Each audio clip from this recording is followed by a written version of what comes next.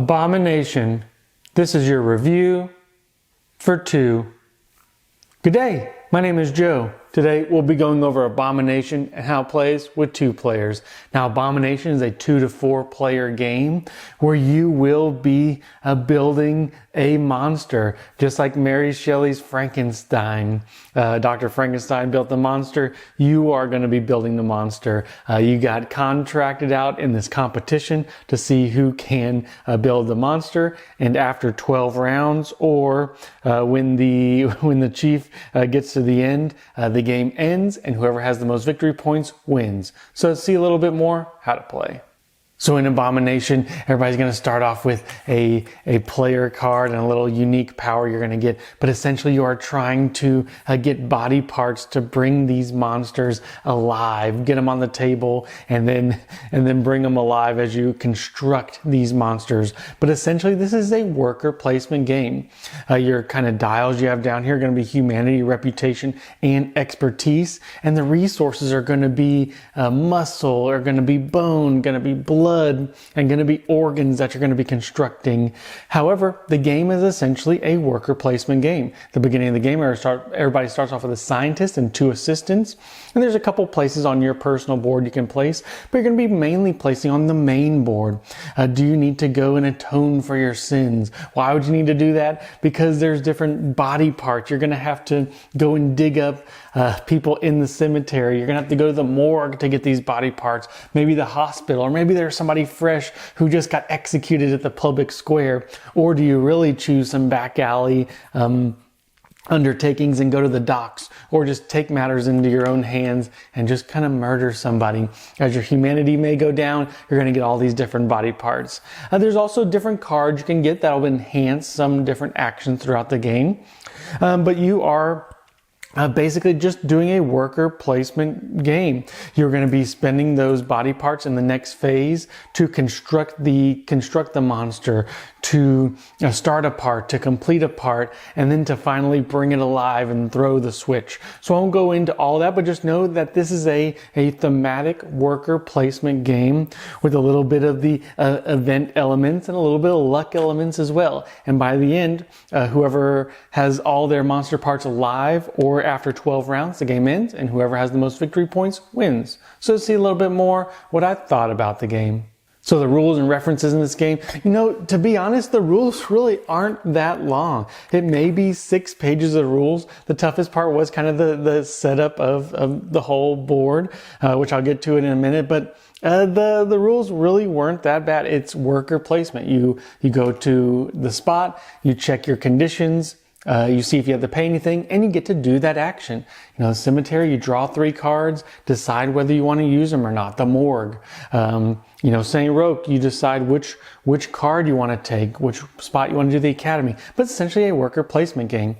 So the actual rules were easy. The references were great. This round order that everybody can have right in front of you is great, as well as the color key and the dial icons. Everything as far as the rules and references are fantastic in this game. The components, well, it kind of gives you everything you need. The board, some meeples, some of the body parts, and some of the cubes. I wouldn't say the components are outstanding, but for a game like this, components are still good. Let's talk about the setup and table size.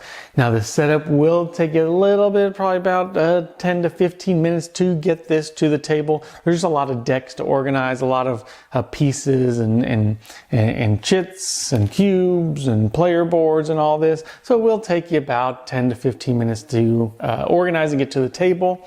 And as far as the table space, this is kind of a table hog with 2. And since you kind of want to be spread out, I would say this needs about a 4x3 to be comfortable and play this game. So let's talk about the gameplay, and that's where I think this game really shines. It is what my wife and I really enjoy, and that is thematic worker placement. When I'm going to the morgue, I got to pay somebody to kind of enter the morgue, but I get to look at bodies that have died somewhat recently. If I go to the cemetery though, sometimes when I dig up bodies, it may just be bones, or fresher at the hospital, but I need a little bit of reputation to get to the hospital. Do I want to go to the docks and do some bad dealings, maybe spend some money?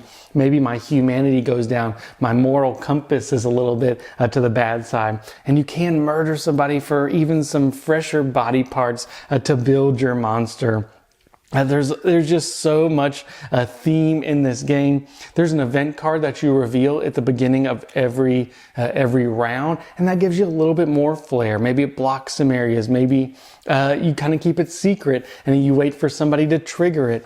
There's also some thematic elements where you're going to read a little passage in the book, and they're not very long. They're about one paragraph each, but these are the things that really stick out to a game like this. When by the end we can see this is the monster that we've created. We had to bring it alive, with a little bit of luck. But I had these things, these cards I could play. I don't know, just thematic worker placement is how I would kind of encapsulate this game.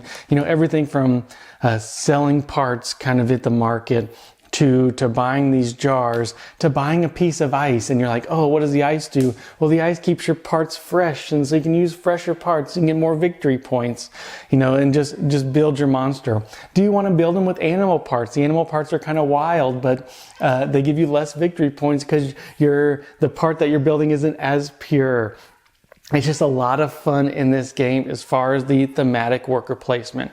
Now, one of the things as far as the gameplay that didn't quite hit as tough is there is a dice rolling element to this game.